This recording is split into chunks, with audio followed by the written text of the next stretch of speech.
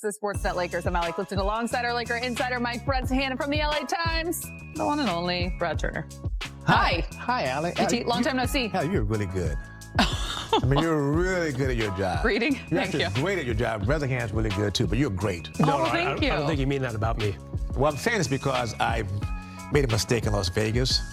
Tell everyone. Uh-oh. I told Allie I would go on her podcast. Yep. And I planned on going on the podcast. But I was working so doggone hard. See that word, doggone hard? Yeah. I just couldn't make it in time. And I apologize for you. For that, I'll give you a bottle of wine. Oh, wow. Thank you. You can tell me that you're going to do something more and not. I'll take the wine any day I can. Man, BT. And it's coming from Patty. You know why? It's because you are great at your job too, BT, which is why you're here to dive into all the fun things regarding the Los Angeles Lakers. Thank you, Brad. Glad to hear it, BT. All right, well, you ready? I'm ready. We're going to get this edition of Access started with a look at the Lakers' moves so far this offseason. None bigger than LeBron's move to opt into his $52.6 million contract. Of course, they signed DeAndre Ayton. They also signed Jake LaRavia. We're going to talk about both of them. They've re-signed Jackson Hayes. And then, of course, the move Dorian Finney-Smith made to play for the Houston Rockets during free agency. But we start with the biggest news. You can't go anywhere right now, of course, without people speculating, wondering what's going on with LeBron James. What's next? Will he be in LA?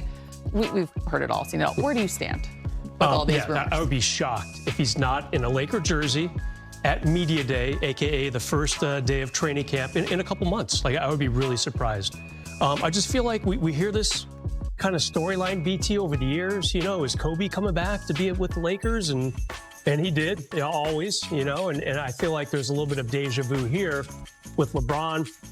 He's got 1 year left. You know, he opted in, and we will see where it takes him, BT. I'm curious to see, curious to actually listen to him, because he's been kind of silent during the offseason, keep him to himself. Not that he usually gives press conferences every week or two, but I'm curious to hear his thoughts on, A, the moves the Lakers have made, and B, what his thoughts are on, is this the last season of LeBron? You know, I don't think it is personally, but he's only got this 1 year left on his contract, BT. You know, guys, I saw him in Las Vegas. I sat right behind him at the game. He came to see his son, Bronny, play. And all we did was shake hands and say, what's going on with your wine? Good. Your wine? Good.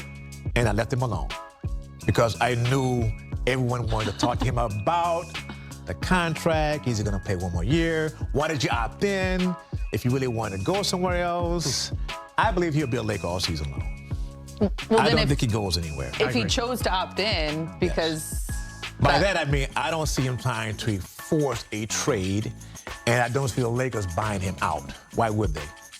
They don't have to. Mm-hmm. I mean, you are an employee of the LA Lakers, and you decided you want to be here, and we want you here too. We just didn't give you an extension, and I guess he didn't ask for this extension, so just play it out, see where it goes. And you're playing with one of the best players in the NBA, Yep. and Luka. So we're going to talk about that in 1 second, but I do want to just kind of take this one step further, because Dan Wojcicki reported that he's expected, your boy, to be at training Used camp. to be my boy. Done with him. He's expected to be at training camp, but you obviously see that as a good sign. Having said that, though, the podcast that you were supposed to join on Friday, there was a guy named Richard Jefferson, who is a former teammate as well with LeBron, and we talked about the pros, the cons, all the things that come with playing alongside LBJ. The fact that he's going into season 23 and we're still having these conversations in the offseason, obviously is a testament, but there's a lot that's going on and having to manage all of this in this time right now.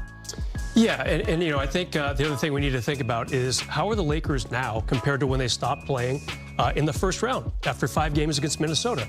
I feel like this team did a nice job with not a lot of money. You know, this isn't baseball. You can't go out and sign $300 million worth of guys if you don't have the cap space. And I thought Rob Pelinka and the front office did a nice job, BT. You lose Dorian Finney-Smith, but when he opted out and did not re-sign with the Lakers, that opens up 2 salary slots. I like what they did with that $14 million. You go out and get Jake LaRavia for about $6 million. He can shoot, he can score a little.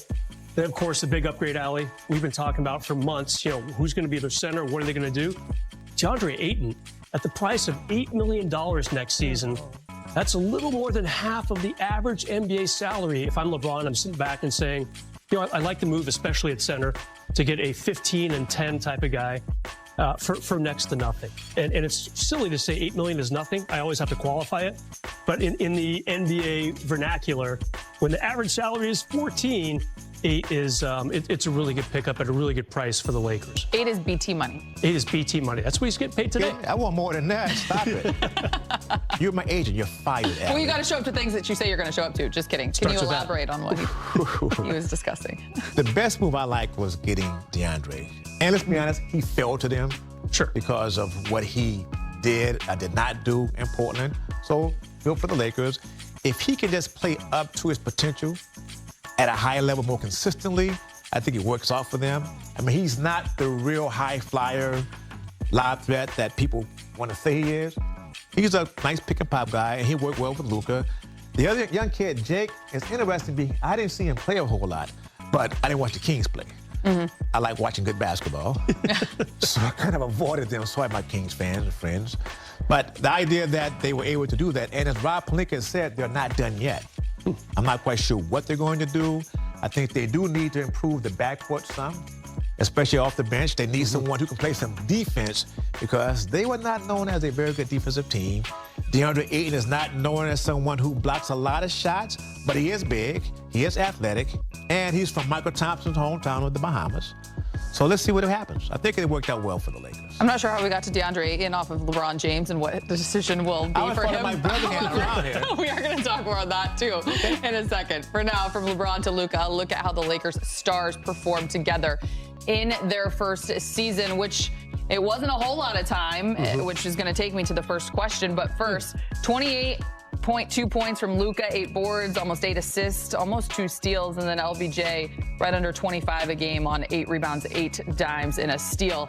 From a fan's perspective, from the fan side of things, BT, I'll start with you. Yes, ma'am. Tell us we are going to get yet another season or look at the two of these guys together. Kind of wrapping up, yes, LeBron will be a Laker, and obviously what you know and see with Luka right now. I get it. From a fan perspective, I was in the gym working out on my muscles today and working out on trying to get my win ready for my trip to Paris.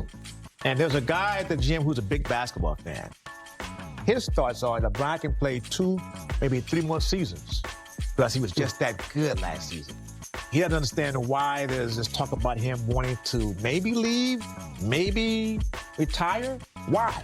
Because he was so good, and he remains playing at a high level. So I agree with my friend that's the fan, that LeBron James, he is still that guy. He is still him. Well done. You give us the perspective sitting behind LeBron, only talking about wine with him, but then you take us to the guy at the gym and give us the fan perspective. That's what Allie wanted. I mean, he's a Laker fan. He's I love it. My guy at the cigar shop, they're Laker fans. He had something to say, too. They all had something to say as a puff on cigars. It can only help having Luka. Oh, yeah, for sure. I mean, yeah, if you go back to February 1st, we always will remember where we were when this trade was announced. And